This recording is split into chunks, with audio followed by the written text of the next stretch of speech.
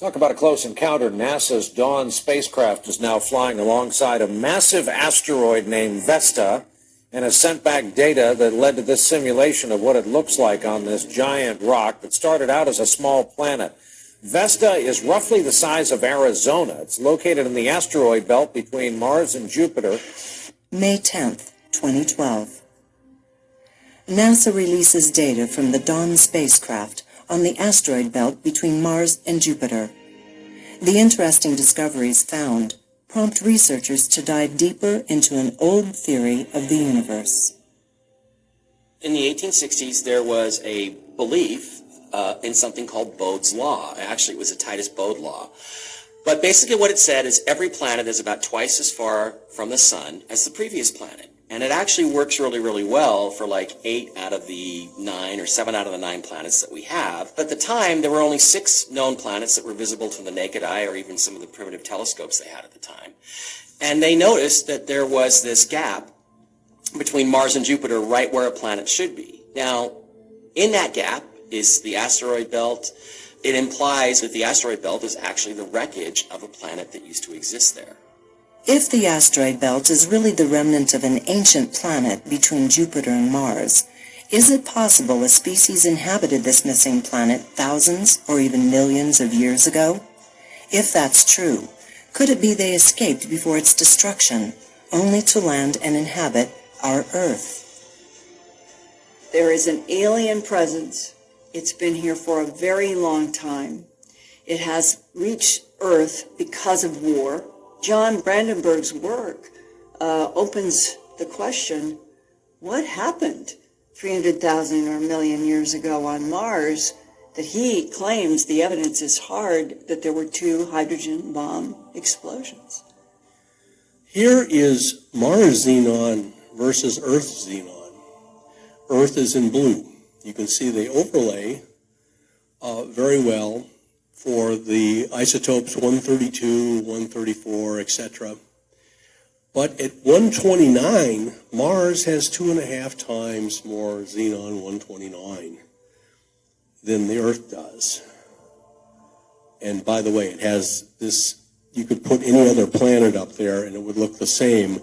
Mars is different from every other planet. It has this big load of xenon 129. And sadly, this is weapons signature. One man who retired from the Defense Intelligence Agency in 1999 sought me out. And we met with a man from the World Bank in Baltimore at the harbor. And for 7 hours, this man was provoked by a section of my book having to do with cloning technology. But he explained that his job for 23 years in the Defense Intelligence Agency was to analyze and monitor the geopolitical territorial conflict of 3 different extraterrestrial groups inhabiting this world. And he said they are inside of mountains. They have huge caverns at the basins of the bottoms underneath oceans and seas, between land bases, water bases, and in mountains. They have a control on this planet, and it may be linked directly to Mars, to Sirius, and to Zeta Reticuli 1 and 2. Could some of these beings from another planet not only be considered alien, but also human? If they were human, did they help seed the planet? One of the more interesting theories when it comes to ancient astronauts is sort of the idea of like a progenitor civilization. That's to say, something along the lines of a very ancient, highly advanced culture that sort of seeded the universe, for want of a better term. And if you look at a lot of the entities that are reported in UFO encounters, going back to, say, the 40s and 50s, we have the very human-looking space brothers with the long hair, which a lot of people dismiss, but I don't write off a lot of those stories personally. Even the Greys. Now, they don't exactly look like us, but they, you know, there's a head, 2 eyes, vague nose, vague mouth, and 2 arms and 2 legs. So they are, in that sense, quite close to us. But what I find interesting is that when you're dealing with abductions, they very often take genetic material from the abductees. We're talking about like eggs, sperm, DNA, skin samples. If we were dealing with races of entities that were totally separate, I find it very difficult to think that our DNA and the raw materials they need from us would be totally compatible with them. That to me is too much of a coincidence. So I think that's why we can make a case of an ancient race seed in the universe, which, depending on the atmosphere and the gravity and the food and everything else of the relevant planet over millions of years, the Greys may have developed in a different physical fashion to what we have. You know, we're totally different, really, in many respects, to like Cro-Magnon man or Neanderthal man, but they were still humans. But you know, they were different builds. Their brain size was different. So I think we could be dealing with something like that. That's a civilization. Maybe it doesn't even exist anymore, but it was the original seeding of the universe or the galaxy. Someday, extraterrestrials arrived. They realized which form of animal is the most advanced. It was our ape family. They simply took one or two examples out of the ape family. They changed their genetical code. Every genetics know how to do this. You change the DNA base, you change it, and you put this back into the womb of a female. The female will give birth to a child. The child has, of course, the evolution, has the skeleton, the teeth, and everything. But because of this artificial mutation, the child has something in plus, which the rest of the family tree has not.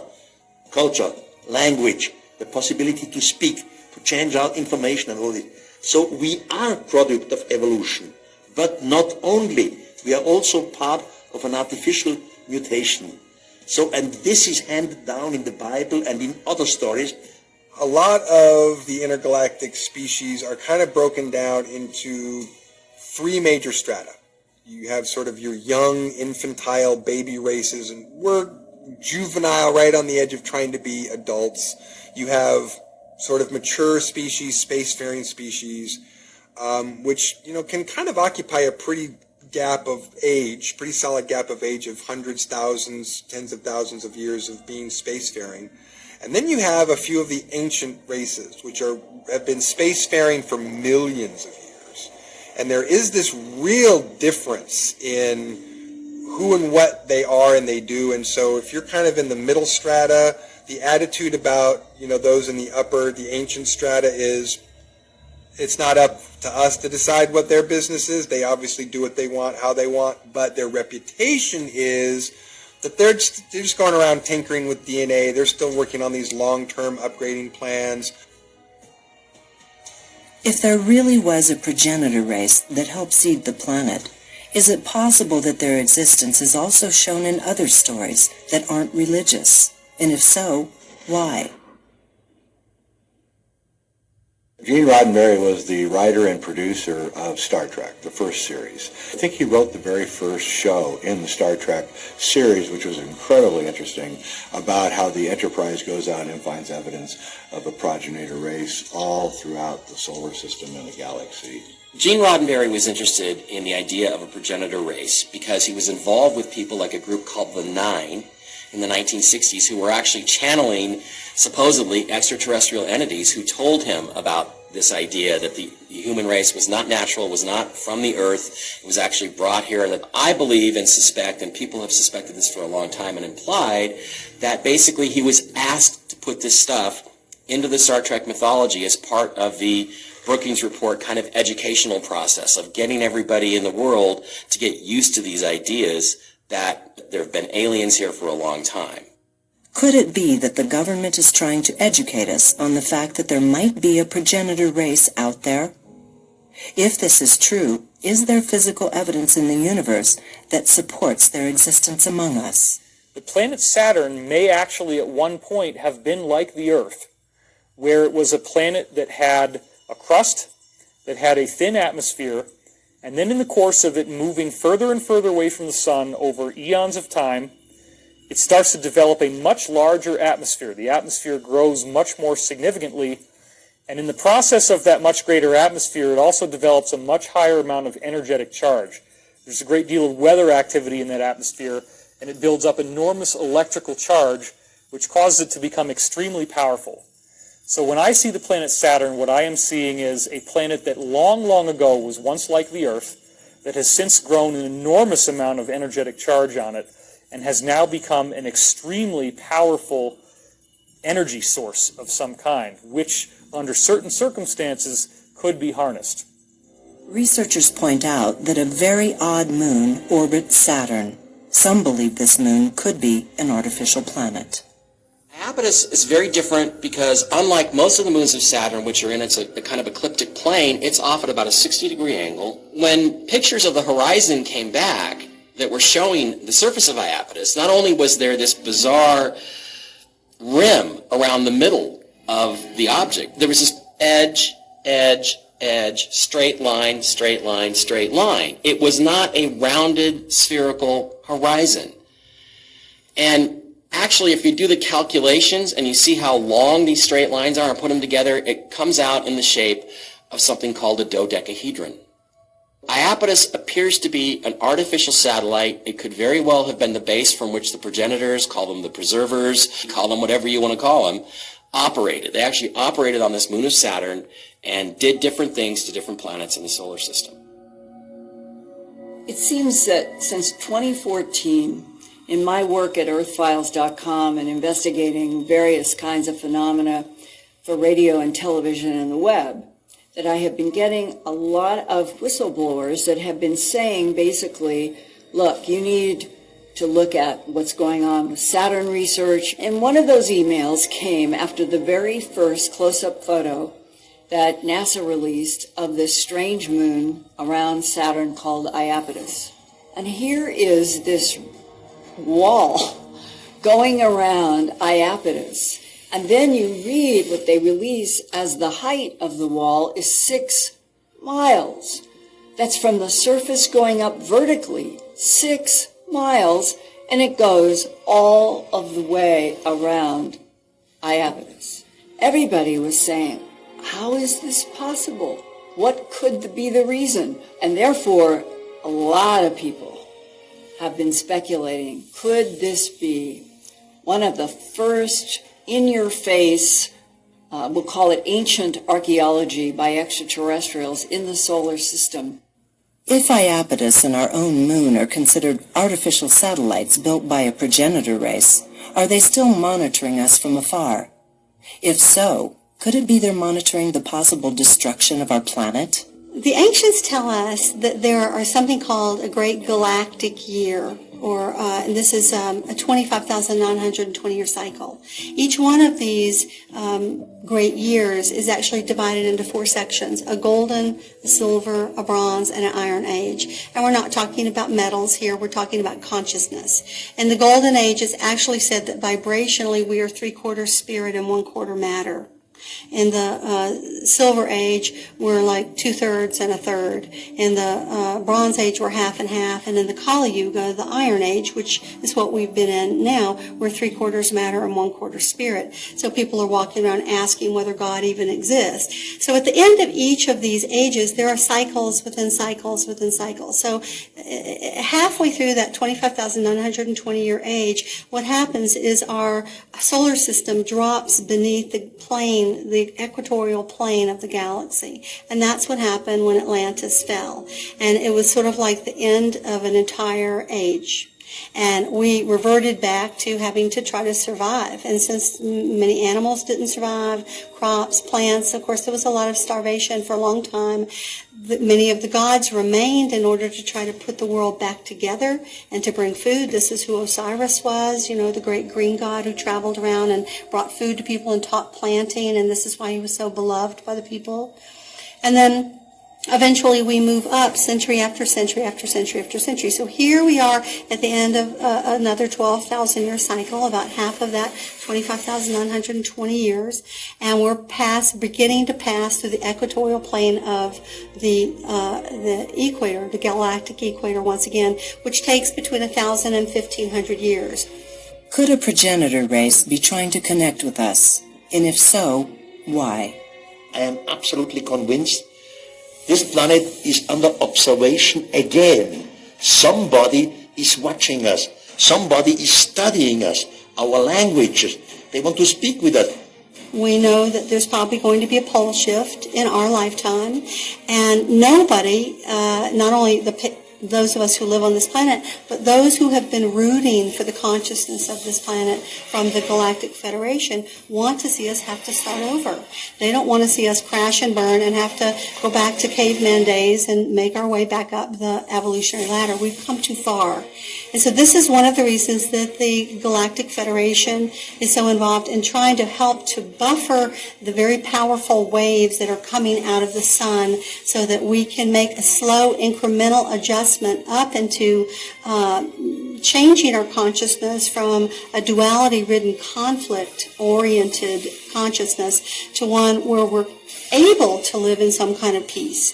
Some believe that an otherworldly source has already been in contact with certain human beings to change the consciousness of this planet. I had no idea what I was seeing. It resembled nothing that I had ever heard described. It resembled plasmic energy. It had colors. It moved fast.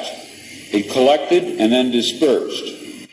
In February of 1974, Philip K. Dick, a famous science fiction writer, had a contact experience that not only changed his life, but also the message of his work.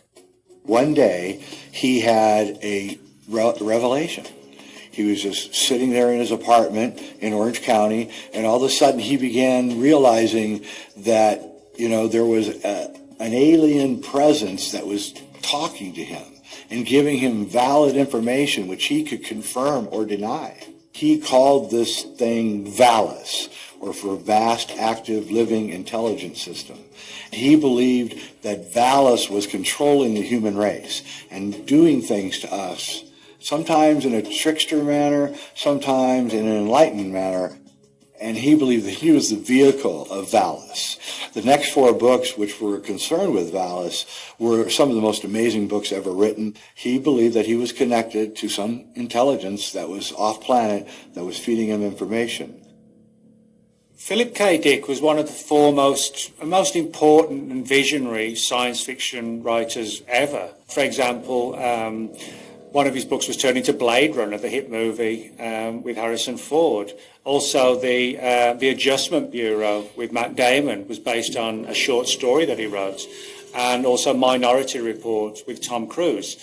But what's particularly interesting is that there's sort of a crossover with Philip K. Dick between the essentially sort of like mainlined information from extraterrestrials.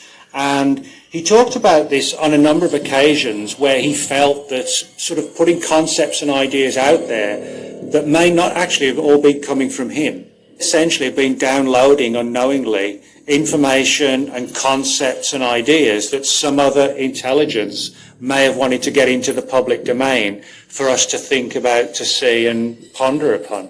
If Philip K. Dick did have a contact experience with an otherworldly presence, what were they trying to convey and why? What Philip K. Dick tapped into was an ancient theology known as Gnosticism. And what the Gnostics believed was that we are living in a fake world, ruled by a fake God, who is using us for some mysterious reason. But everything around us is fake. And that was the revelation that Dick had with VALIS, that we were living in a phony, fake reality, just like the Gnostics, and that we're ruled by the demiurge, or this false god. When he came out with this stuff, he actually caused a resurgence of interest in Gnosticism. In the late 90s, 2 movies actually came out which were heavily influenced both by Dick and by Gnosticism. The first one came out in 98, which was Dark City.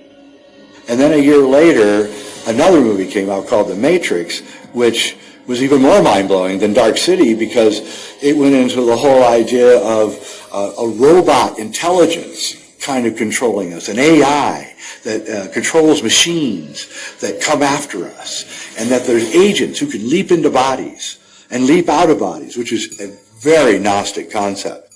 This kind of resurgence in Gnostic attitudes began, and it's now really reaching full force. Gnosticism is one of the most influential theologies right now in movies and in books and all over the place. Researchers report that Philip was no longer just writing about government conspiracies and alternative realities. He was living it. He became extremely worried after his home was broken into several times and his phone tapped. After his mysterious death in 1982, experts thought it might be possible the government became aware of his involvement with an extraterrestrial source.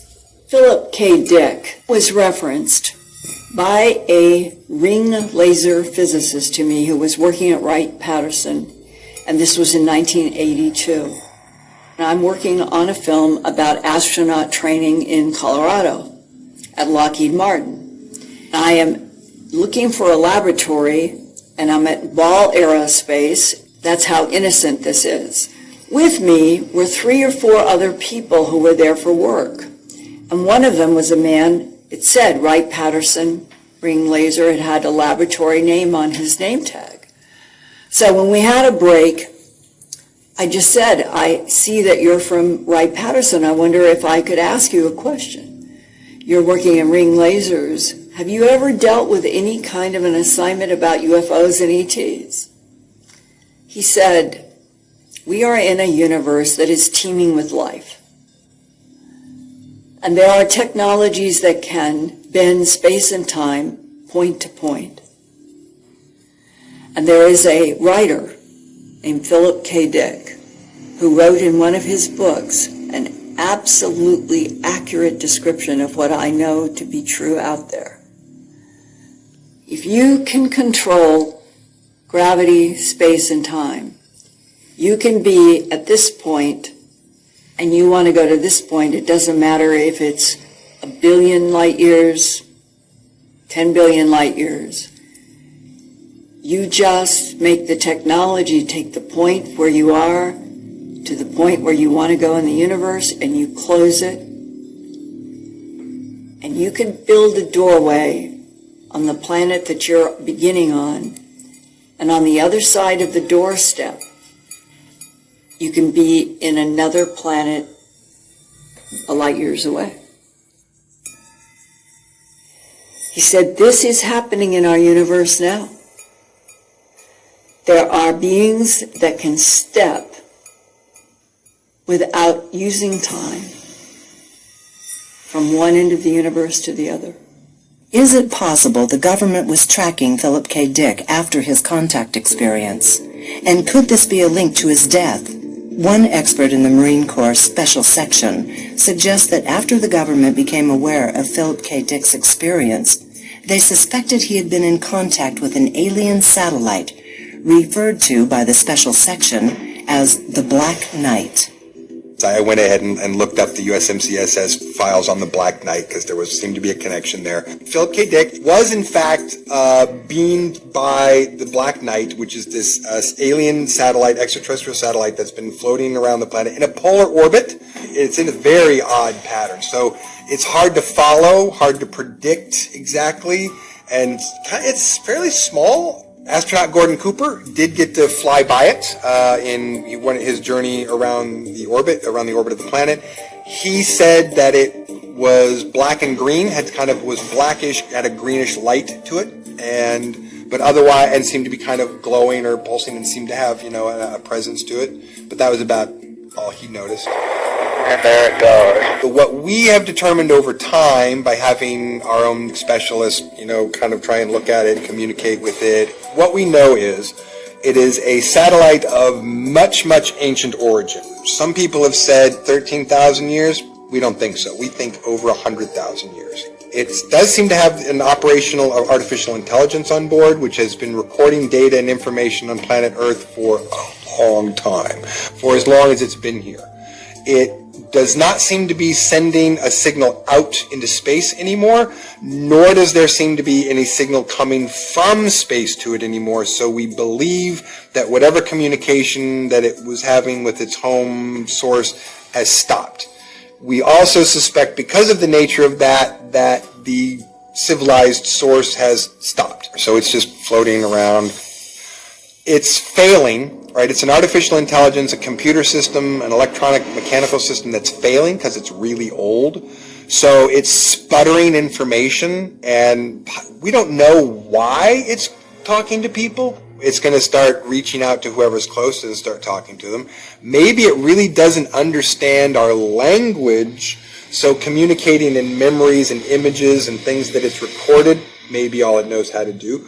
Philip K. Dick, it beamed information to him. They definitely communicated with him. All the books and stuff that he was writing was just all this, weird sort of stream of consciousness download that was a combination of what was coming into his brain and how his own creative process was dealing with it and how he was interacting with it. And it's just going to keep doing that. It's just going to keep talking to people and beaming things into people's brains until it shuts off or we do something about it. There are people who are meant to get messages out. And certainly writers, producers of Hollywood films and TV shows, these are the kind of people that can get information out through the mass media and through supposedly fictional stories. So they would naturally be the people who would be approached by higher powers who are trying to get their message out to others. And then you have scientists and physicists and engineers who have been contacted over the years, people whose opinions are sought on these large issues of are we alone and are there aliens and is there life out there in the universe? If certain influential people are in contact with an AI satellite, is it possible that the government is keeping tabs on who they are and what they're receiving? People like Carl Sagan was probably the most powerful spokesman for the so-called scientific materialist angle on things, but for many, many years before he became the patron saint of debunkery, he was actually very interested in aliens and alien life and was very public about it. But his mentor at Harvard was a guy named Dr. Donald Menzel, who was also an astrophysicist like Carl Sagan. And he was supposedly part of an organization called MJ-12, Majestic 12, which was supposedly existed from the 1940s on, from the Roswell crash forward, and his job was to be the public face to debunk flying saucer sightings, aliens, and UFOs. And it's interesting, he passed away in 1972, and 1972 is the year that Carl Sagan went from being interested in aliens and UFOs to being the public skeptic, the public debunker of all things having to do with alien life. Are there many different kinds of beings trying to contact us? Experts point to a secret society in post-World War I Germany who channeled alien beings from a distant star system. It's suggested that this experience brought forth knowledge that affects the world we live in today. Philip K. Dick thought that he was being influenced by an outside alien intelligence. So that sort of created this idea that it's possible for that to happen. So then we start looking back in history, has this happened before? And we realize actually it's happened quite a bit. But the most interesting kind of alien channeling, I think, is the story of Maria Orsic. Experts suggest that Maria Orsic was not only a professional channeler for a secret society, but also part of a mysterious Germanic culture of mysticism. There's actually this history of an area of Germany called Prussia, which was actually a nation of its own back in the 1800s, where there are a group of, industrialists with a lot of money who are fascinated in all these ancient mysteries, who looked at the ancient texts through physicists' eyes and had ideas about how to create airships and spacecraft and how to define gravity. Researchers have tied Maria Orsic to a secret society called the Vril. This society performed exercises to awaken what the ancients referred to as Chi. The legend of Maria suggests that one night she was channeling for a group of social elite when an otherworldly being came through and claimed he was from the star system Aldebaran. He had a message. Maria, still in a trance, began writing in a mysterious language and drawing sketches for a spacecraft. Experts were brought in to decipher the language and the sketches. These experts suggested that the language was in Sumerian, and the drawings resembled a device a man named Victor Schauberger created. During the early 1920s, Schauberger had invented something called the repulsine, which was a disc-shaped object that used various air vortexes that defied the laws of physics. Maria not only drew almost his exact invention, but gave instructions on how it would work, written in a Sumerian language.